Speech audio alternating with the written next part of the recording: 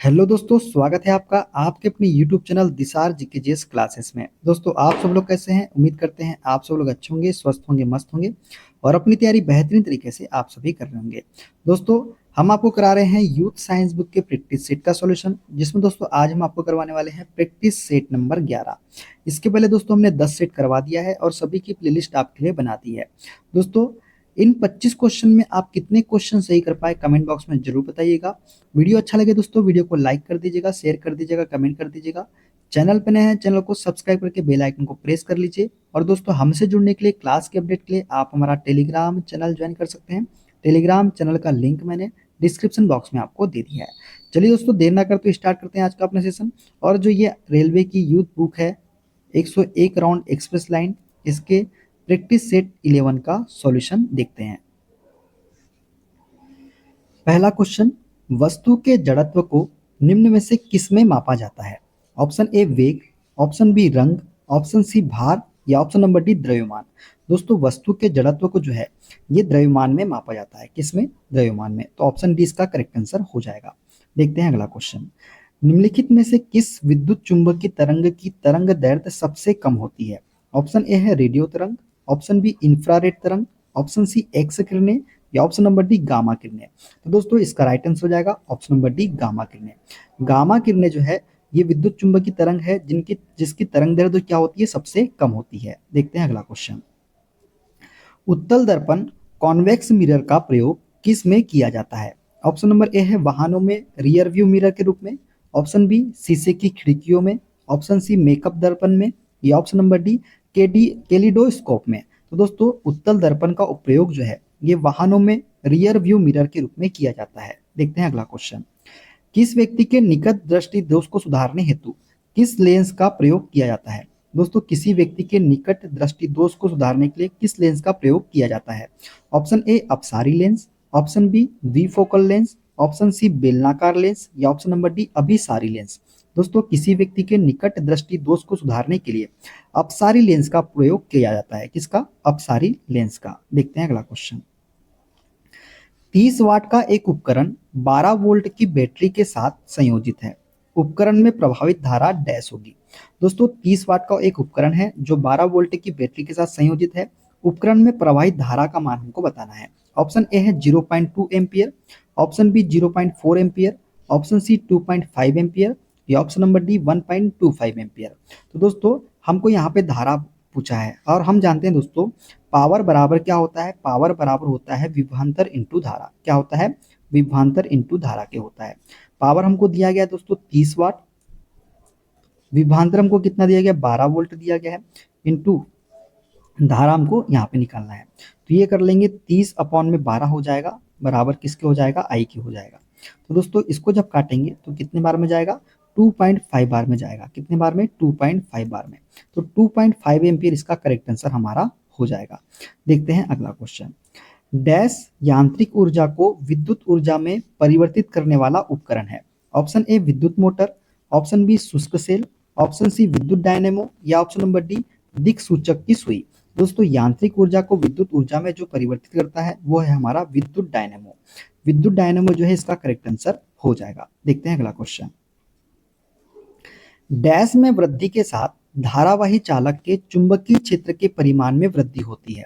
Option A है प्रतिरोध, option B धारा, ऑप्शन सी प्रतिरोधकता या ऑप्शन नंबर डी दूरी। तो दोस्तों, किस में वृद्धि के साथ धारावाही चालक के चुंबकीय क्षेत्र के परिमाण में वृद्धि होती है? तो धारा में वृद्धि के साथ। धारा में वृद्धि के साथ जो है धारावाही चालक के चुंबकीय क्षेत्र के परिमाण में वृद्धि होती है। देखते हैं अगला क्वेश्चन। जब तक किसी पिंड पर असंतुलित बल लागू किया जाता है तब तक इसकी डैश में निरंतर परिवर्तन होता रहता है। ऑप्शन ए भार, ऑप्शन बी द्रव्यमान, ऑप्शन सी आकृति या ऑप्शन नंबर डी चाल। दोस्तों, जब तक किसी पिंड के असंतुलित बल लागू किया जाता है तब तक इसकी चाल में चाल में निरंतर परिवर्तन होता रहता है। तो डी इसका करेक्ट आंसर हो जाएगा। देखते हैं अगला क्वेश्चन। रेगिस्तानी पौधों की बाह्य त्वचा एपिडर्मिस में डैश की एक मोटी मोमी परत होती है। Option A pectin, option B cutin, option C cellulose या option number D lignin.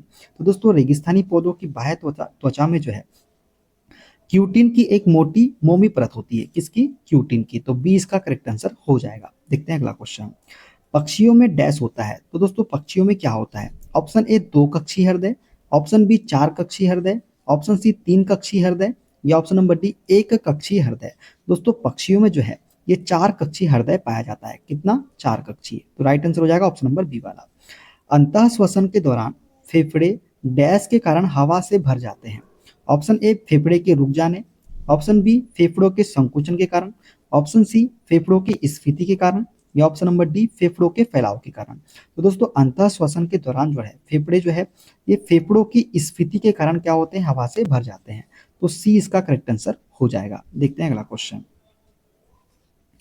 Loop किस प्रकार गर्भ निरोधक के रूप में कार्य करता है? ऑप्शन ए यह डिंबवाही नलिकाओं के मार्ग को अवरुद्ध कर देता है, ऑप्शन बी यह भ्रूण के प्रत्यारोपण को निरुद्ध करता है, ऑप्शन सी यह शुक्राणु के स्त्राव को अवरुद्ध करता है, या ऑप्शन नंबर डी यह डिंब के स्त्राव को निरुद्ध करता है। तो दोस्तों लूप जो है ये डिंबवाही नलिकाओं के मार्ग को अवरुद्ध कर देता है। ये इस प्रकार गर्भ निरोधक के रूप में कार्य करता है। कौन? लूप। तो ए इसका करेक्ट आंसर हो जाएगा। देखते हैं अगला क्वेश्चन।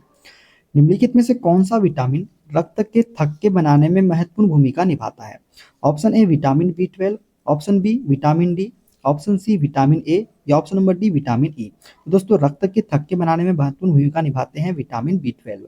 तो ए इसका करेक्ट आंसर हमारा हो जाएगा। देखते हैं अगला क्वेश्चन। किण्वन की प्रक्रिया डैश में होती है? Option A paramecium, option B yeast, option C euglena, या ऑप्शन नंबर डी अमीबा। दोस्तों किण्वन की प्रक्रिया जो है ये ईस्ट में होती है। किस्ट में? ईस्ट में होती है किण्वन की प्रक्रिया। देखते हैं अगला क्वेश्चन।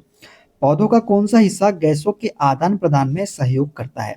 ऑप्शन ए तना, ऑप्शन बी जड़, ऑप्शन सी कलियां, या ऑप्शन नंबर डी पत्तियां। दोस्तों पौधों का पत्तियां जो है ये गैसों के आदान प्रदान में सहयोग करता है। तो डी इसका करेक्ट आंसर हमारा हो जाएगा। देखते हैं अगला क्वेश्चन।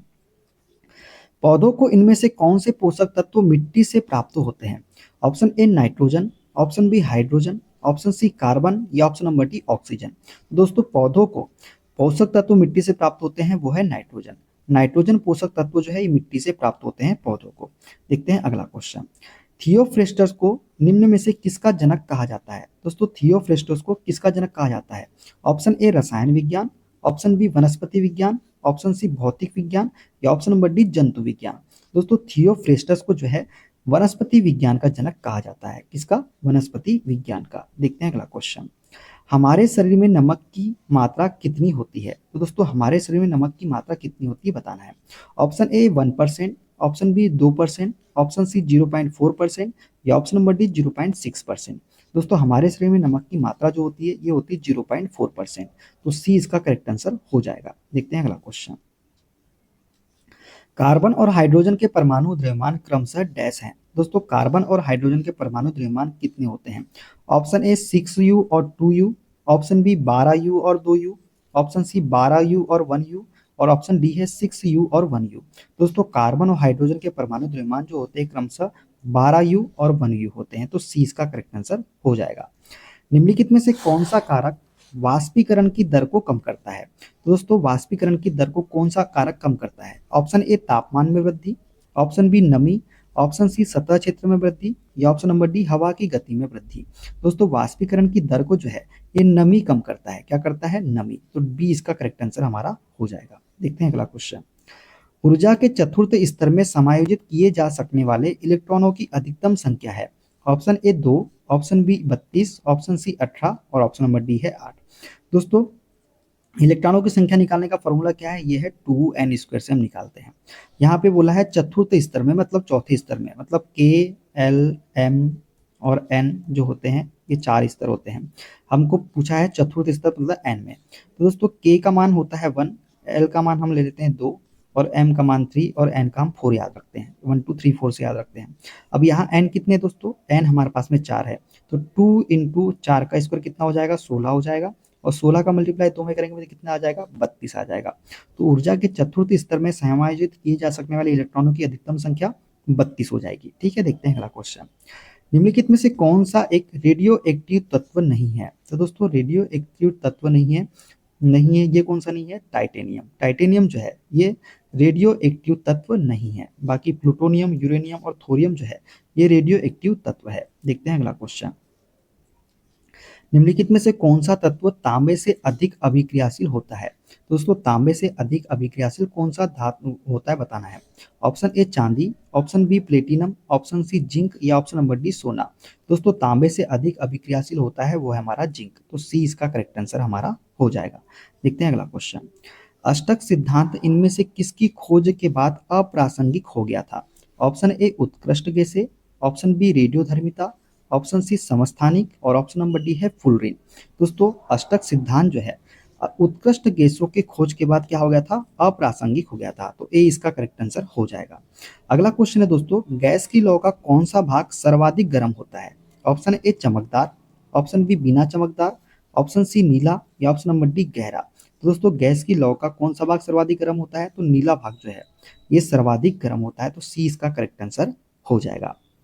तो दोस्तों ये थे आज के सारे क्वेश्चन। इन 25 क्वेश्चन में आप कितने क्वेश्चन सही कर पाए कमेंट बॉक्स में जरूर बताइएगा। मिलते हैं अगले वीडियो में, अपना ख्याल रखिए। Okay bye bye, take care.